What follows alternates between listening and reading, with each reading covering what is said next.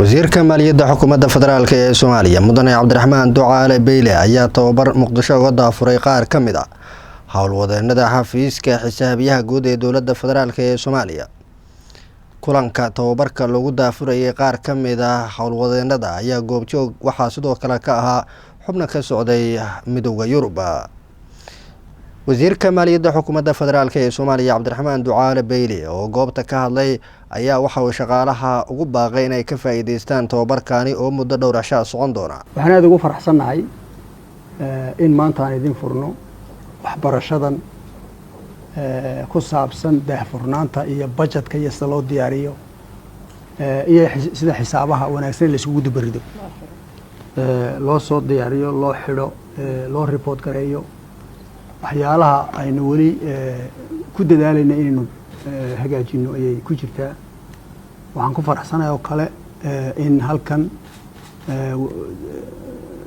departmentka accountant generalka xisaabiyaha guud mooyaane qaar kalena kusoo darsameen oo ay ka yimaadeen departmentada kale cid alla ciddii finance danaynaysa ee faraha ku hayso arrimaha maaliyadda inay ka qayb gasho ayaa halkan laygu sheegay. waanan aad ugu faraxsanahay runtii.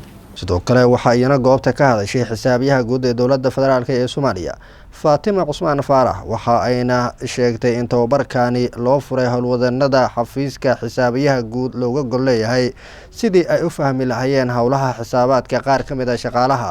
taariikhdu tahay 26 January 2020 waxaa noo furmay wasaaradda maaliyadda gudaheeda ka furmay tababar oo loo sameynayo shaqaalaha ee xafiiska xisaabiyaha guud qaar ka mid ah oo tiradoodu la eg tahay ilaa 26 shaqaale kuwaas oo loo tababarayo sidii loo qori lahaa warbixinada reportinka xisaabaadka markii la xiro sidii wasaaradaha ay ula xiriiri lahaayeen sidii raboorka uga qaadi lahaayeen taas oo ay naga caawinayso European Union mahadha ka gaartay oo aad nooga caawinay qubaraan noo soo diray ka shaqeysa departmentooyinkaas muhiimka ah xooga saaray oo la shaqeynayo.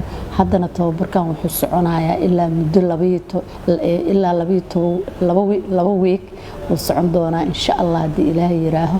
waxaan rajeynayaa in laga faa'iideysto shaqaaluhu ay ka faa'iideystaan oo mar dambe aanan u baahanin qof dibadda nooga yimaado isku filaano. Maxamed Cabduqaadir Zilfa, Galmudug TV.